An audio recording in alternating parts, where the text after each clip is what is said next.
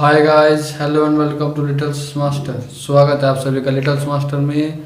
तो चलिए स्टार्ट करते हैं आज की वीडियो किस चीज़ पर है? सर्कल्स पर।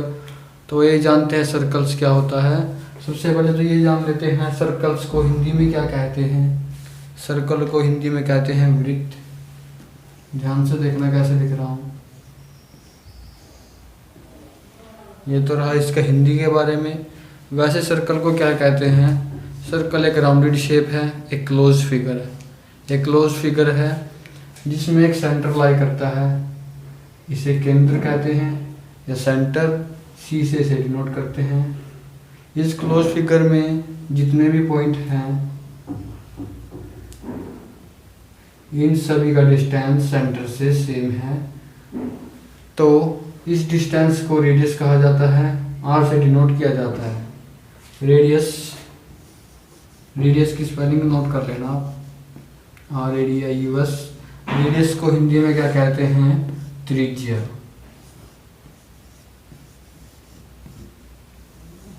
अगर मैं रेडियस को एक और रेडियस से मिला दूं जो बिल्कुल इसके जैसा ही है, या फिर मैं कहूँ एक ऐसा लाइन सेगमेंट जो इस A पॉइंट से स्टार्ट होकर B पॉइंट पर जाए, साथ ही सेंटर को काटता हुआ, यानी ऐसा लाइन सेगमेंट जिसके अंदर सेंटर आ जाए, उसे डायमीटर कहते हैं।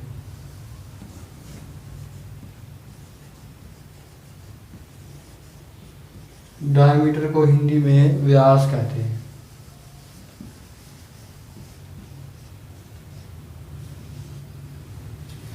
ये तो बात रही रेडियस की और डायमीटर की।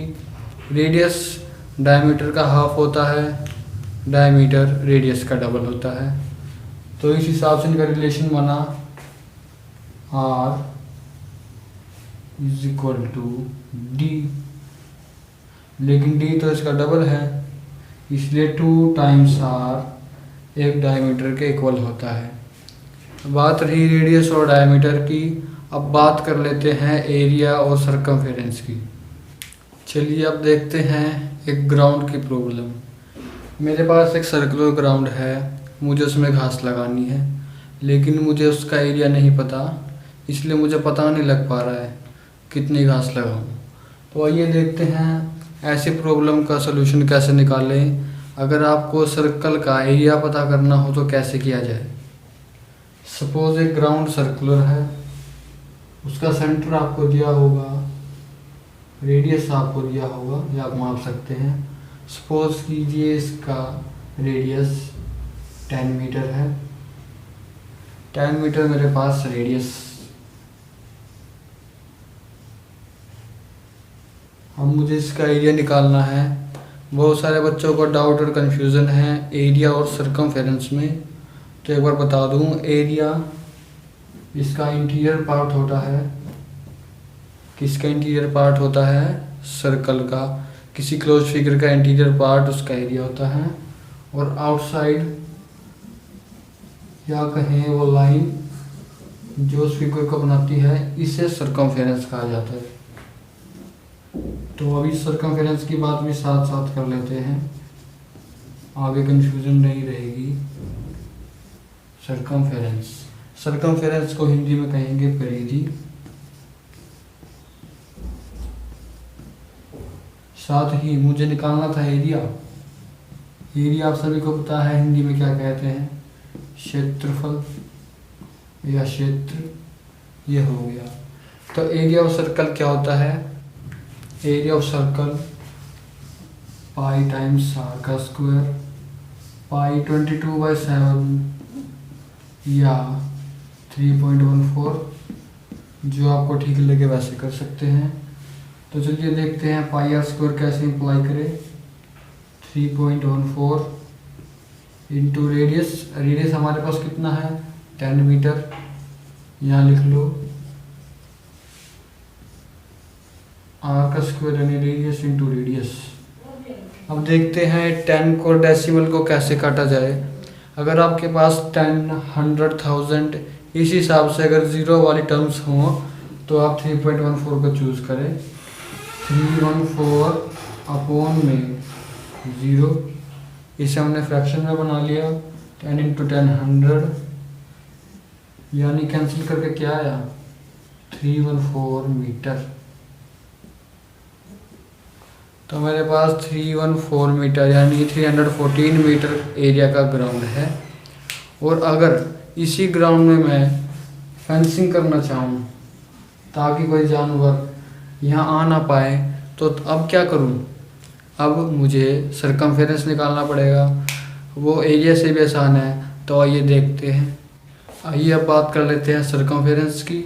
सरकमफेरेंस कुछ कुछ पैरामीटर की तरह होता है। सभी फिगर्स जिनके फेसिस वर्टिसेस होते हैं उनका पैरामीटर निकाला जाता है, और सर्कल का सरकमफेरेंस, इसे हिंदी में परिधि कहा जाता है।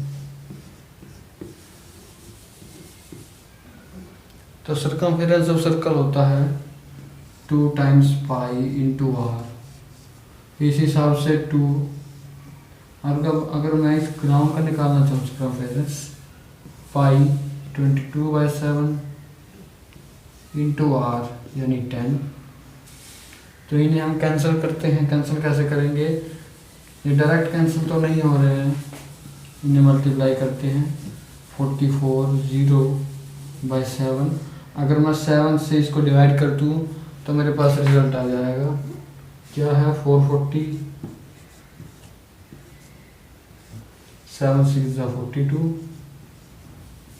कितना बच गया 2 0, 7 2 14, 6 रिमाइंडर बच गया,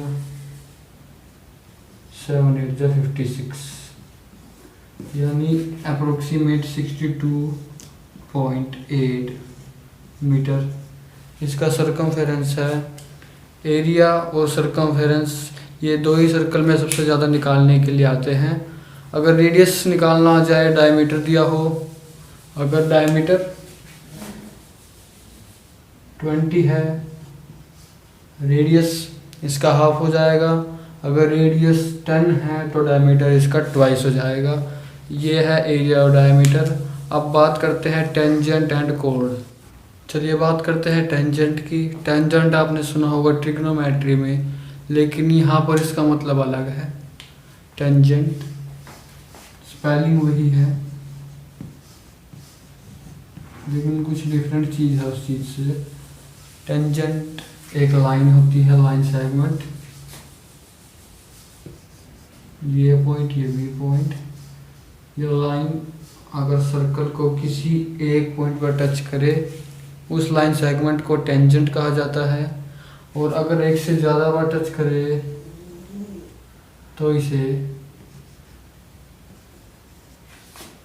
सीकेंट या फिर कोड कहा जाता है।